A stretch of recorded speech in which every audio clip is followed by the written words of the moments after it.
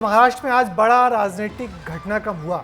राज्य के कार्यवाहक मुख्यमंत्री एकनाथ शिंदे ने आज मुख्यमंत्री पद से अपनी दावेदारी वापस लेकर अब बीजेपी के मुख्यमंत्री बनने का रास्ता साफ कर दिया है।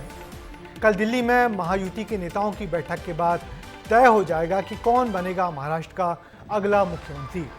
वैसे पूर्व मुख्यमंत्री देवेंद्र फडणवीस का नाम इस पद की दौड़ में सबसे आगे लगातार बना हुआ है। देखिए महाराष्ट्र की राजनीति में आज क्या क्या हुआ हमारी इस रिपोर्ट में।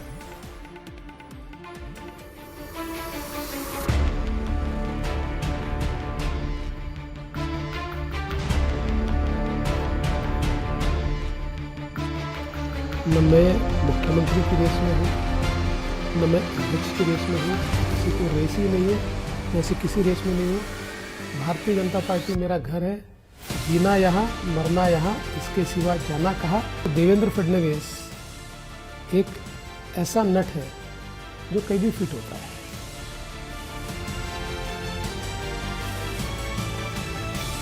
जो सपना बाला साहब ठाकरे जी का था, आम शिव सैनिक को मुख्यमंत्री बनाना, वो मुख्यमंत्री बनाने का सपना मोदी जी और अमित भाई ने पूरा किया।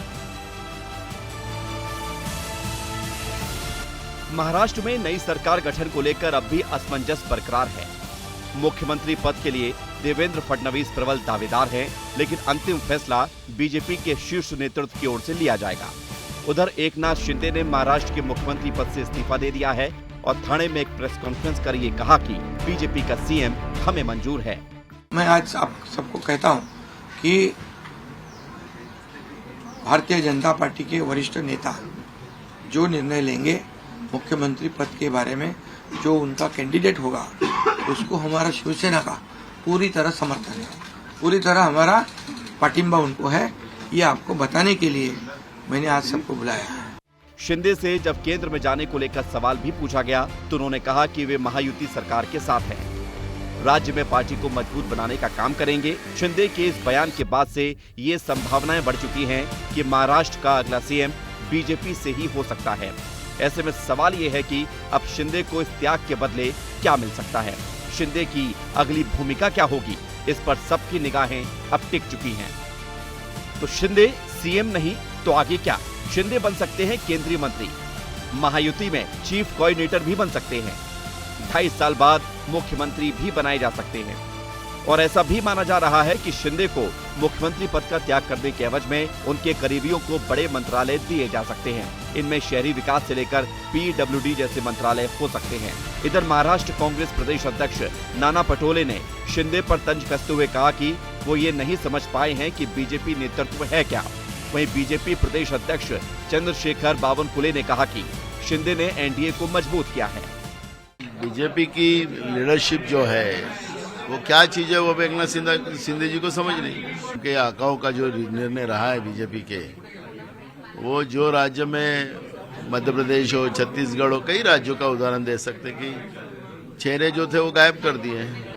जिस प्रकार से एकनाथ शिंदे जी ने जब देवेंद्र जी को उद्धव ठाकरे ने धोखा दिया, देवेंद्र जी को जिस प्रकार ने उद्धव ठाकरे को धोखा दिया, भाजपा को धोखा दिया था, उस समय एक सच्चा शिवसैनिक होने के नाते उन्होंने उस गठबंधन को, महाविकास आघाड़ी को लात मारकर भारतीय जनता पार्टी महायुति की सरकार लाने के लिए बहुत महत्वपूर्ण भूमिका निभाई।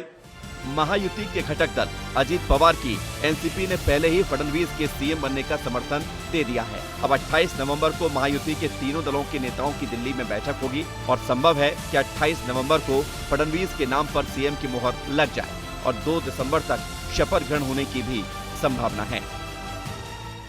मेरा पानी उतरता देख, मेरे किनारे पे घर मत बसा लेना, मैं समंदर हूँ लौट कर आऊँगा। महाराष्ट्र विधानसभा में देवेंद्र फडणवीस ने अशेर डंके की चोट पर कहा था और अब उनकी ताजपोशी बतौर महाराष्ट्र के मुख्यमंत्री के तौर पर पक्की मानी जा रही है। देवेंद्र फडणवीस महाराष्ट्र में सीएम पद की रेस में सबसे आगे ही नहीं बल्कि अब तय माने जा रहे हैं, क्योंकि एकनाथ शिंदे जो कि लगातार दावेदारी अपने सीएम पद को लेकर कर रहे थे, अब उन्होंने बीजेपी के नंबर्स के आगे सरेंडर कर दिया, यानी कि सीटों की जो संख्या थी उसके आगे उन्होंने अब नतमस्तक होकर के स्वीकार कर लिया है कि भारतीय जनता पार्टी का ही अगला मुख्यमंत्री महाराष्ट्र का होने जा रहा है। कैमरा पर्सन मोनू कुमार के साथ मैं अमृत तिवारी, विस्तार न्यूज, दिल्ली।